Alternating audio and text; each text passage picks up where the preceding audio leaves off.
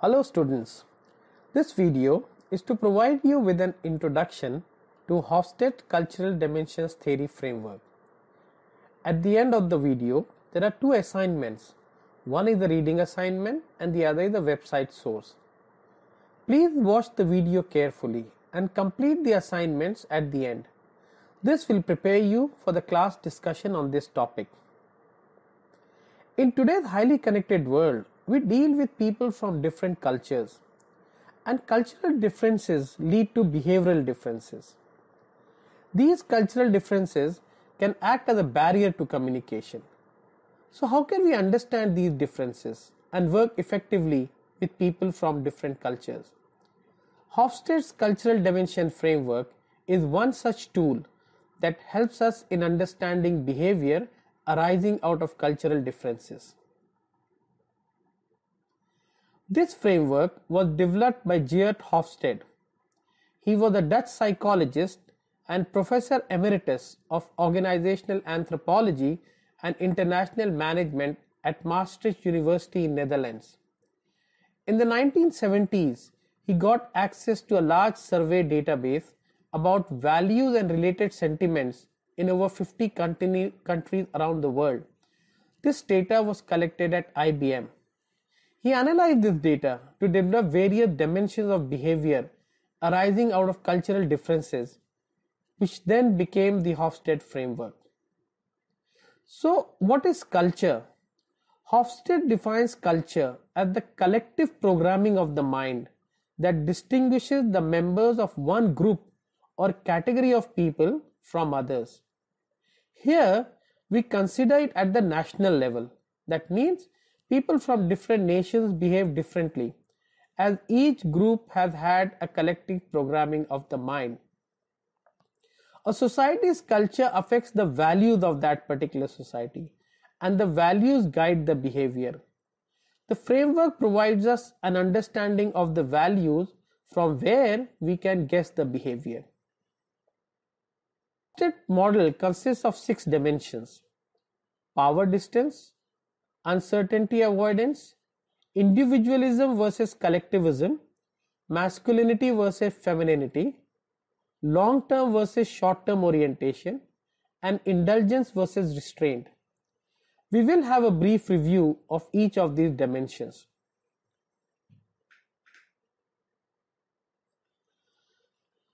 The dimensions are measured at the country or the nation level. Each country has been positioned relative to other countries through a score on each dimension, with 100 being the highest and 0 being the lowest. So the first dimension is power distance. This dimension deals with the fact that all individuals in societies are not equal, and it expresses the attitude of the culture toward these power inequalities amongst us. It is defined as the extent to which the less powerful members of institutions and organizations within a country expect and accept that power is distributed unequally. Among other characteristics, a country with high power index would be very hierarchical. That means that power is concentrated as we go up the hierarchy, whereas the low score would mean a more egalitarian society, which would mean more equalization of power. The second dimension is uncertainty avoidance. Uncertainty avoidance is not the same as risk avoidance. It deals with society's tolerance for ambiguity. It indicates to what extent a culture programs its members to feel either uncomfortable or comfortable in unstructured situations. A low score, that is weak uncertainty avoidance, would mean that the society is comfortable with ambiguity and chaos, whereas a high score would indicate a society that has a high need for clarity and structure.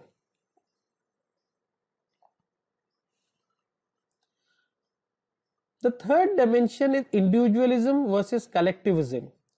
Individualism stands for preference for a loosely knit social framework in society, wherein individuals are supposed to take care of themselves and their immediate families only. Its opposite, collectivism, stands for a preference for a tightly knit social framework in which individuals can expect their relatives, clan, or other in-group to look after them in exchange for unquestioning loyalty. The fundamental issue addressed by this dimension is the degree of interdependence a society maintains among individuals. The fourth dimension is masculinity versus femininity. Masculinity stands for preference in society for achievement, heroism, assertiveness, and material success. Its opposite, femininity, stands for a preference for relationships, modesty, caring for the weak, and the quality of life. The fundamental issue addressed by this dimension is the way in which a society allocates social as opposed to biological roles to the sexes. Some societies strive for maximum social differentiation among the sexes. The norm is then that men are given the more outgoing, assertive roles and women the caring, nurturing roles. Other societies strive for minimal social differentiation among the sexes. This means that some women can take assertive roles if they want to, but especially that some men can take relationship-oriented, modest, caring roles if they want to.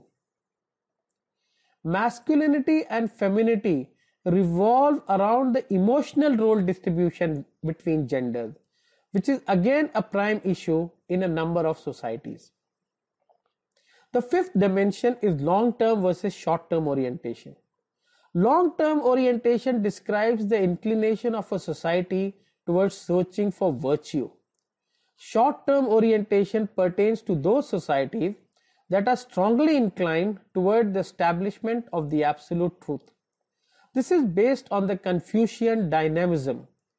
Long-term orientation, which means high Confucian values, reflects, among other things, a futuristic dynamic mentality. Short-term orientation, that is low Confucian values, is characterized, among other things, with an orientation toward past and present. The sixth and the last dimension is indulgence versus restraint. This revolves around the degree to which societies can exercise control over their impulses and desires. The dimension of indulgence versus restraint focuses on happiness. A society that practices indulgence makes room for the comparatively free gratification of natural and basic human drives pertaining to indulging in fun and enjoying life. The quality of restraint describes a society that holds back need gratification and tries to control it through stringent social norms. Let's look at these scores from India and understand what do they mean.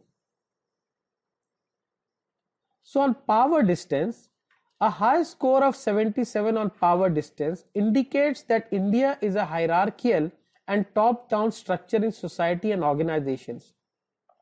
This implies that people in junior positions look towards the boss for instructions and directions. We also accept that rights are unequal between people who have power and people who do not. We see that power is highly centralized in politics, organizations, and even families. Communication is top-down and directive in its style, and often feedback which is negative is never offered up the ladder. With a mid-score of 48, India is a society with both collectivistic and individualistic traits on the individualism parameter. On the collectivist side, there is a high preference to belong to a large social group. The actions of individuals are influenced by the opinion of one's family, extended family, neighbors, work group, and other such wider social networks that one has some affiliation toward. At the same time, there is a pull towards individual behavior, where karma determines the individual's future and possibly the next birth. The combination of these two are what leads to the mid-score. On masculinity, India scores 56 and is thus considered a masculine society. India is actually very masculine in terms of visual display of success and power. the designer brand label, the flash and ostentatious that goes with advertising one's success is widely practiced. However, India is also a spiritual country with millions of deities and various religious philosophies. It is also an ancient country with one of the longest surviving cultures, which gives it ample lessons in the value of humility and abstinence. This often reins in people from indulging in masculine displays to the extent that they may naturally be inclined to.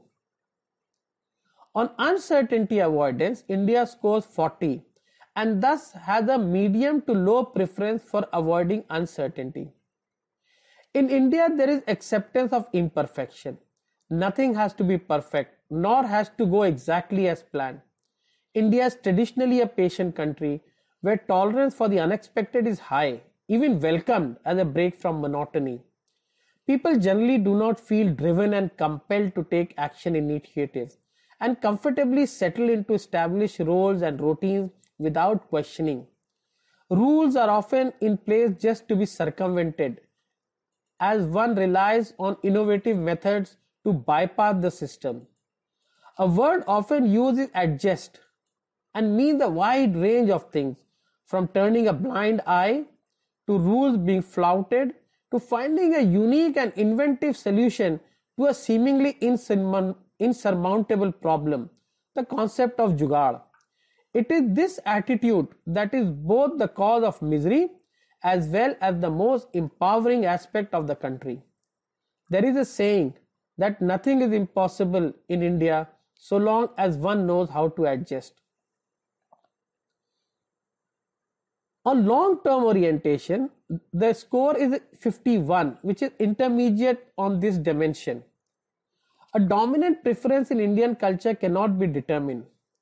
In India, the concept of karma dominates religious and philosophical thought. Time is not linear, and thus it is not as important as to Western societies, which typically score low on this dimension. Countries like India have a great tolerance for religious views from all over the world. Hinduism is often considered a philosophy more than even a religion, an amalgamation of ideas, views, practices, and esoteric beliefs. In India, there is an acceptance that there are many truths and often depends on the seeker. Societies that have a high score on pragmatism typically forgive a lack of punctuality, a changing game plan based on changing reality, and a general comfort with discovering the fated part as one goes along rather than playing to an exact plan. Indulgence. India receives a low score of 26 on this dimension, meaning that it is a culture of restraint. Societies with a low score in this dimension have a tendency to cynicism and pessimism. Also, in contrast to indulgent societies, restrained societies do not put much emphasis on leisure time and control the gratification of their desires. People with this orientation have the perception that their actions are restrained by social norms and feel that indulging themselves is somewhat wrong. This brings us to the assignments. Assignment 1 is to read the article Dimensionalizing Cultures, the Hofstede Model in Context by Geert Hofstede. You can follow the link for a copy of the article. The second assignment is visiting the Hofstede's Insight website. There you will find data on different countries with a commentary explaining the scores. Select 2 countries of your choice, preferably which have high differences in their culture, and look up their scores and explanations. In summary, understanding of the Hofstede framework will better prepare you for behavior that can be expected when interacting with people from different cultures. You can look up the scores of the particular country and the information on the same, which will help you in your interaction. Also, it would help when moving from one culture to another. For example, what would be the challenge of moving from a high distance to a low distance culture, or having a boss who's from a low distance culture, and so on. With this, we come to the end of this video. Thank you.